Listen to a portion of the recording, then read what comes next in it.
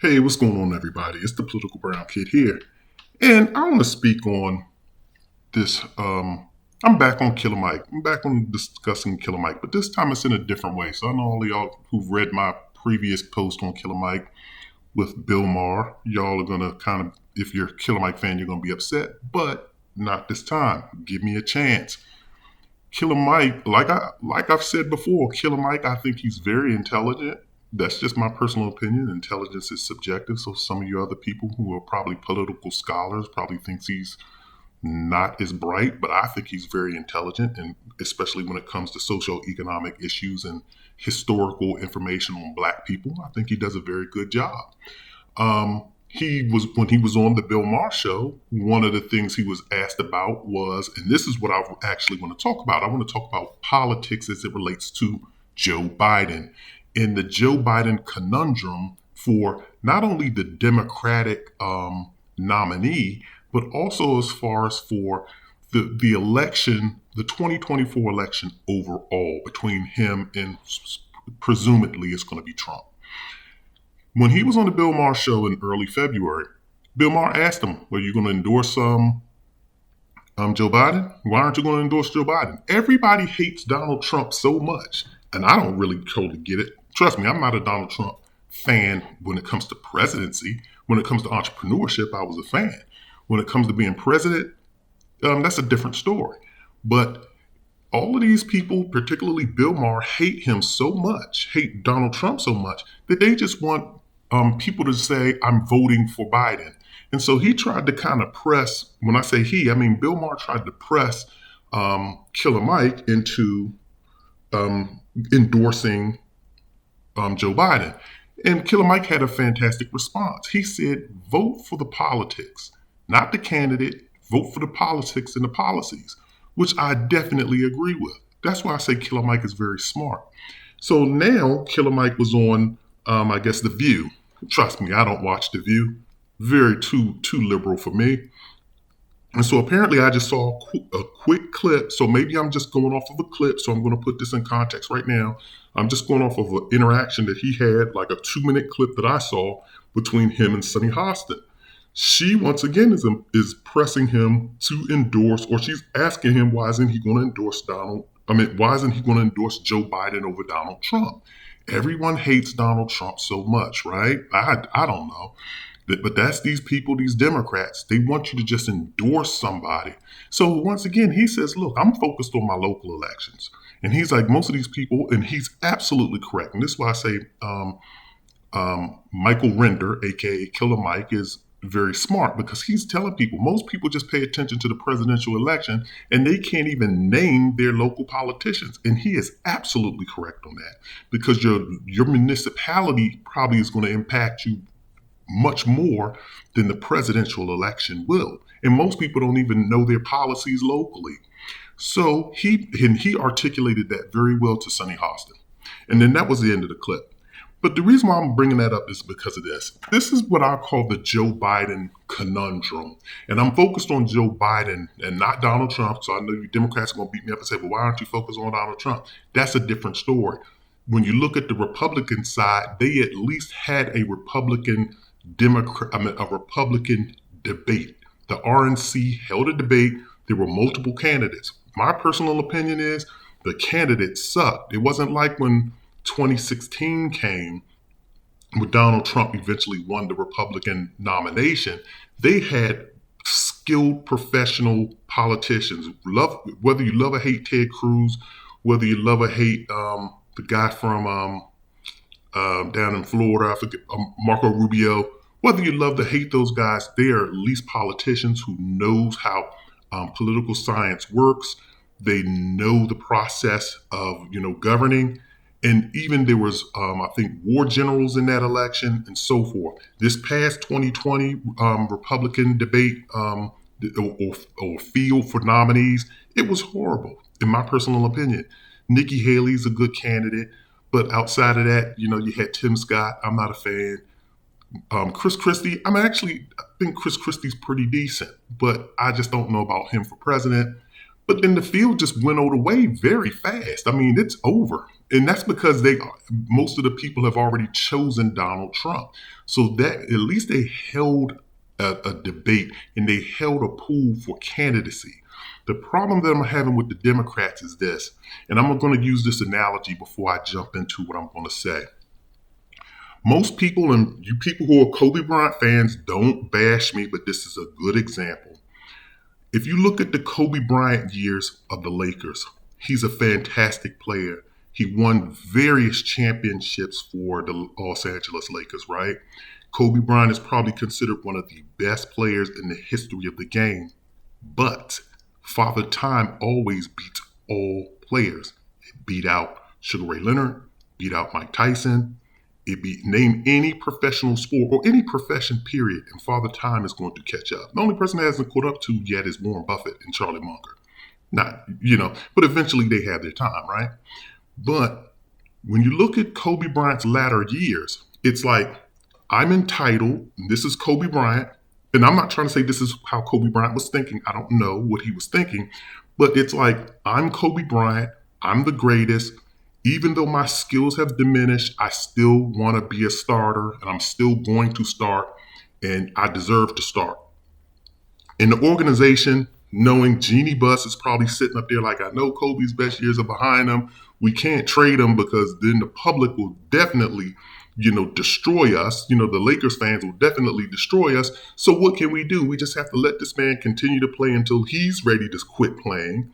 And then once he's ready to quit playing, then we'll just rebuild all over again because we'd love to draft somebody to take his place, but he's not going to sit on Kobe's not going to move to the bench.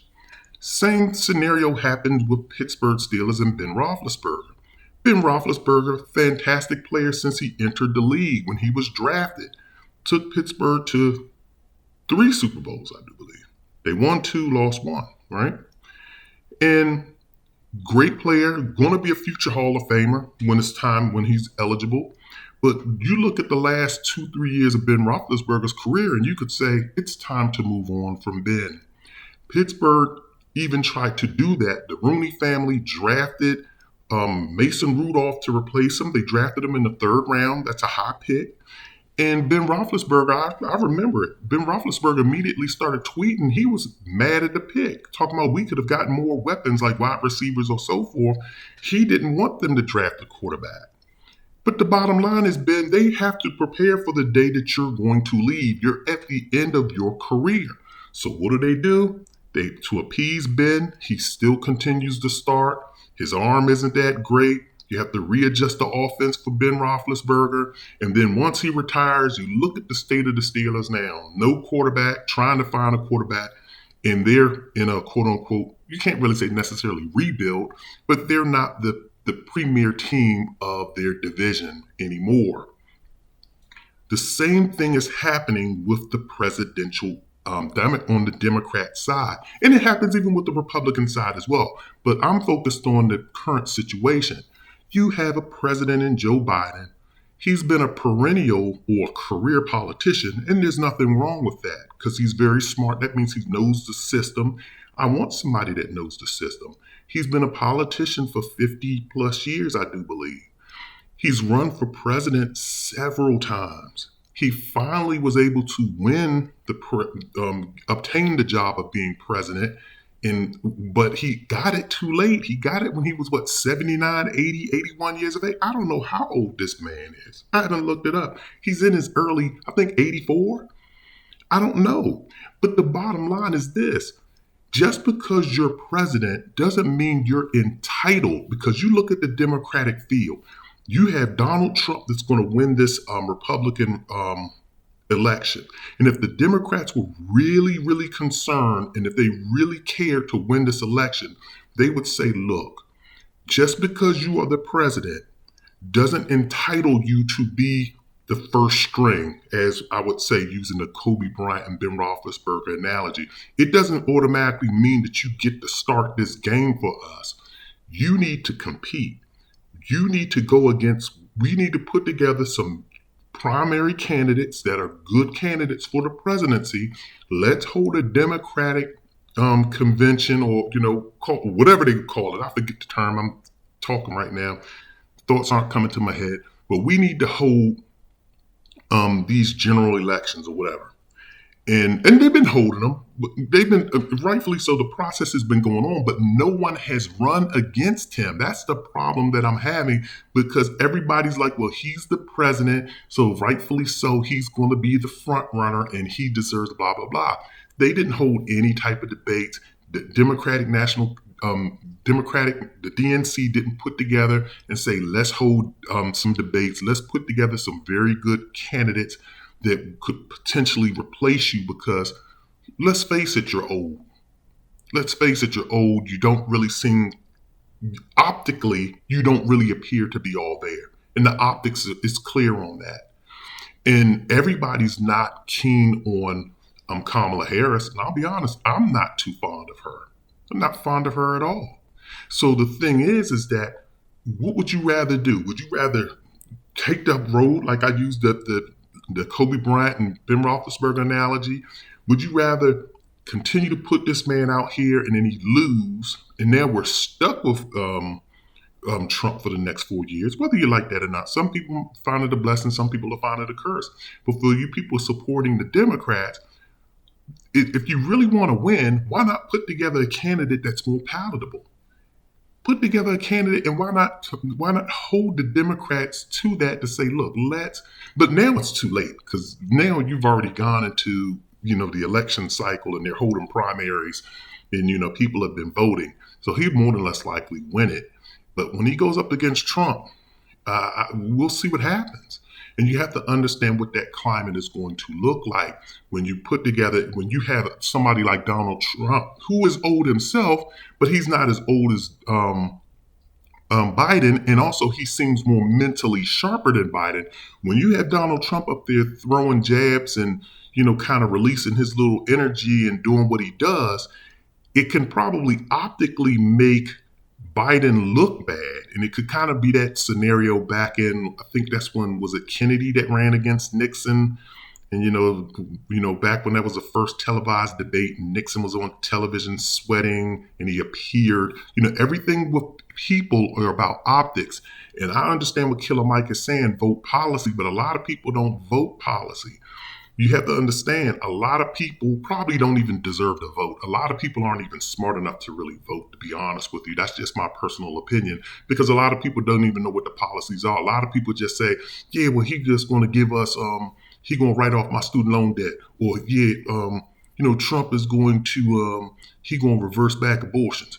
A lot of people just hear stuff and then they vote, or they think stuff is cool. People vote off of what the masses typically do.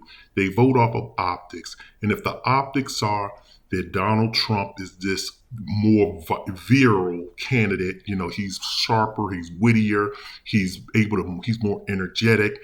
And then you have this older guy that's tripping, stumbling over his words, possibly forgetting things. And like you saw this report that just came out on Joe Biden. When you have that type of stuff going on, that's what people are going to vote on. People have to remember there's 300 million people in this country. And all those people that are legally allowed to vote by age and so forth, a lot of those people aren't digging into policies and reading and studying these candidates. They're just voting off of what they're going to see on television.